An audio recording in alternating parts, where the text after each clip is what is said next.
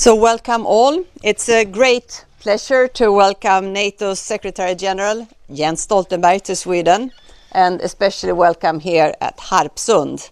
And I know you have been here before in your capacity as Prime Minister of Norway, so welcome back. During the government's meeting and our working lunch, we've had the opportunity to discuss Sweden's NATO application, Russia's illegal aggression against Ukraine, and the security situation in Europe. And first, I want to thank you for your strong support for Sweden's application for NATO membership and for your solid partnership in these challenging times. Russia's illegal and brutal invasion of Ukraine was a watershed moment for Sweden and for Europe. It changed our security situation, and after a careful analysis process with the parties in Parliament, my government, with broad parliamentary support, decided that Sweden should apply for NATO membership. The historical significance of this decision is obvious. Ending 200 years of military non-alignment is not to be done without careful consideration. But my lodestar as Prime Minister during this process is what course of action is best serving Sweden's security. And I am convinced that this is the right decision. And the fact that Sweden and Finland are applying for membership simultaneously will reinforce the security for both of us, for the Baltic Sea region, for Europe, and for NATO. And as you know, Turkey has raised concern in relations to Sweden's and Finland's applications, and we are taking them very seriously and have engaged in a dialogue together with Finland in order to find a way forward with Turkey. I warmly welcome the facilitating role played by you, Mr. Secretary General, and my ambition is that we should have these matters resolved. We have a lot to offer to NATO and its members. Both Sweden and Finland will be security providers for the region and for the entire NATO, including Turkey. That will also be my main message when I attend the NATO summit in Madrid at the end of this month. Sweden will recognize the security challenges of the alliance and be an active and constructive member. And I also want to thank you for the strong political support expressed in many different ways and by an overwhelming majority of NATO allies. In today's meeting, I also underlined the importance of for Sweden to continue our engagement for disarmament, and the Norwegian policy is of importance with acceptance of nuclear deterrence in combination with a continued engagement for disarmament. And Sweden's strong international voice will remain. On Ukraine, the full-scale and brutal aggression by Russia has been met with incredible bravery from Ukrainians and their leaders, and by a forceful response from the entire transatlantic community and beyond. And that's truly remarkable in such difficult times. And our support will continue. Last week, my government decided on further military and financial support to Ukraine. In total, this package amounts to a value of more than 95 million euros. And it will strengthen Ukraine's capabilities at a critical time. So once again, thank you, Jens, for your visit. It sends a strong signal of support and unity. Please, the floor is yours. Prime Minister Andersson, kjære Magdalena, it's great to be back at Harpsund. Great to see you, and thank you for this warm welcome. Sweden is NATO's neighbor and our close friend. We share the same values, we share the same neighborhood, and we share the same challenges from Russia's aggressive actions to terrorism and the security consequences of climate change. So I warmly welcome the sovereign decision by Sweden and Finland to apply for NATO membership. This is a historic step at a critical time for our security. It is clear that Sweden and Finland's membership in NATO would boost transatlantic security. It will enable closer Nordic and closer Baltic defense cooperation, and it will strengthen the alliance's presence in the high north. At the same time, we have to address the security concerns of all allies. And as you mentioned, Turkey has raised some concerns, including Turkey's fight against PKK, a group proscribed as a terrorist organization by NATO allies, the EU, and also by Sweden. So I remain in close contact with you, Magdalena, and your colleagues, as well as with Finland and our ally Turkey, about the way ahead.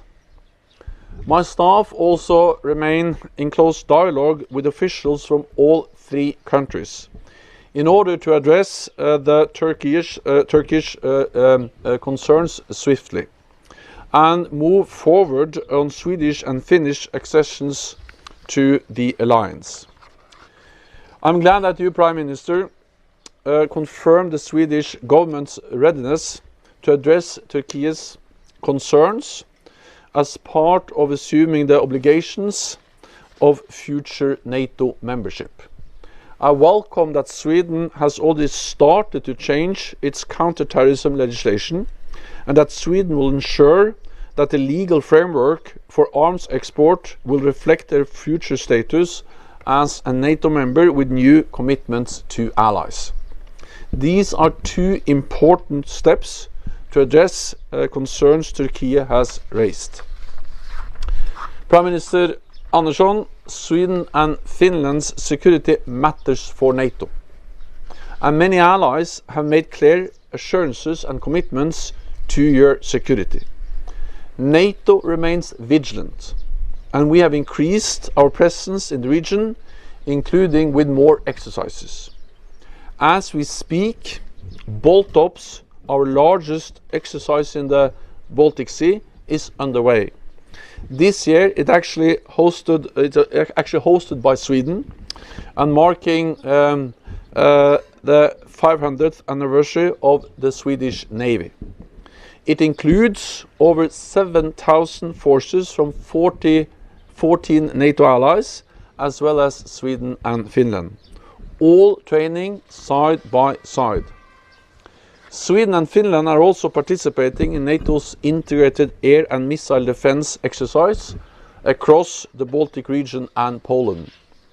Let me thank you for Sweden's valuable contributions to NATO missions and exercises. I'm always impressed by the professionalism and dedication of the Swedish forces.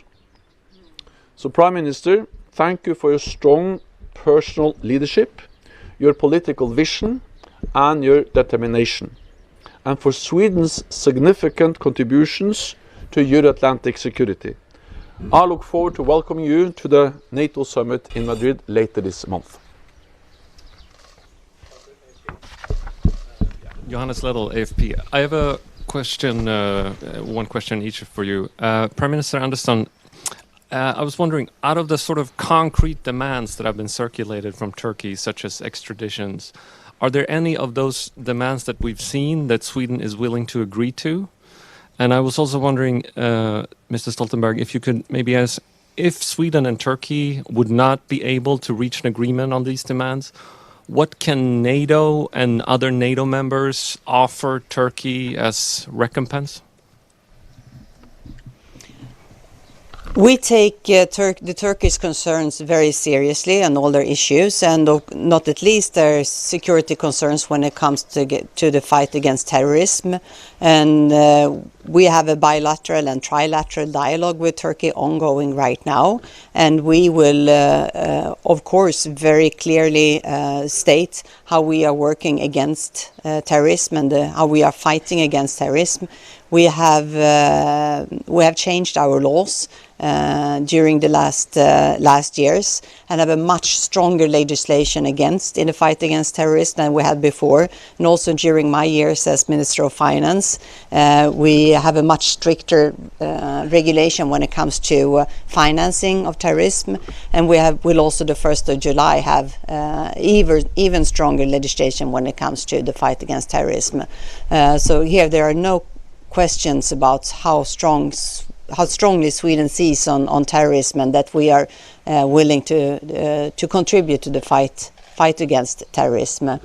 When it comes to the question of arms export, if you listen to the declaration that the foreign minister had last week in Parliament, you can also see that as a member of NATO, the current legislation we have might make the decisions that independent agency might view it differently. Let me first just say that I welcome very much these clear messages, signals from the Swedish government, both on terrorism and on arms exports. Then on your question on what do we do in the meantime until we find an agreement on the concerns that Turkey has raised. So first of all, the aim is to solve those issues as soon as possible, to be able to welcome Finland and Sweden as full members as soon as possible. And therefore, we're working hard and actively on these issues in close consultation with Stockholm, with Helsinki, and of course our NATO allied Turkey. And in that context, those signals from Sweden are important on terrorism and arms exports. Second, I think we have to understand that Sweden is in a better place now than it was before it applied. Seen from a security perspective, of course, the fact that Sweden made that historic decision, that then NATO allies responded by partly making it clear that many NATO allies have already issued security assurances to Sweden. The United Kingdom, actually here at Harpsund, the United States and other allies. That makes a difference, and not least because also NATO has stepped up its presence with more exercises, with more presence in the region, air, sea, land, and that makes a difference, meaning that if Sweden was attacked, then I deem it as unthinkable that NATO allies would not react. And that is a message that we have conveyed, the NATO allies have conveyed in a very clear way to any potential adversary. So seen from a security perspective, Sweden is in a better place now than before they applied. Then of course the aim is to of course take the next step, full membership, as soon as possible, but then we need to address the concerns expressed by Turkey. Andreas Öbrink, Swedish television. A question for Mr. Stoltenberg. When do you expect that Sweden and Finland might get a green light and proceed in the applications for membership status? By the Madrid summit in late June, by the Swedish elections in mid-September, or by the Turkish elections next spring? And if you please, Mrs. Andersson, the adjustments you mentioned in the foreign policy declaration last week about fight against terrorism, new terrorism legislation, is this to be seen as a direct answer to the Turkish concerns?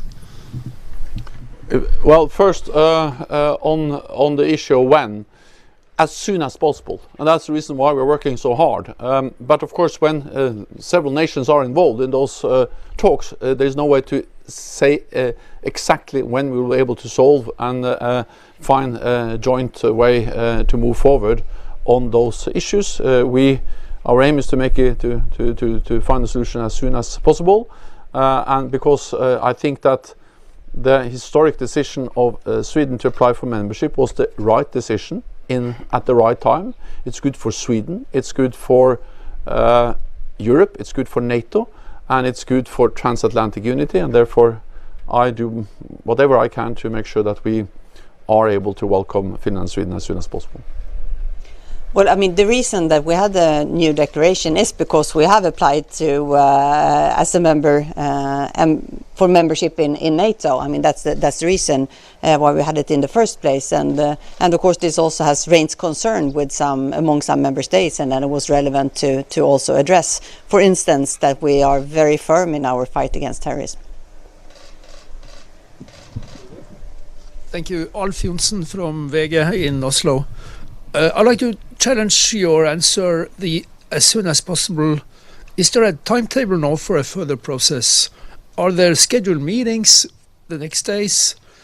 Countries combined or the other forms? Is it possible to start the formal accession for Sweden and Finland before the summit in Madrid?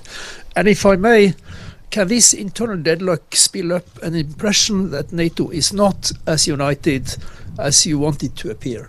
Thank you. As the Madrid summit was never a deadline, but at the same time we are working to find a solution as soon as possible. But when many countries or several countries are involved, there is no way to say exactly when these countries are going to be able to agree.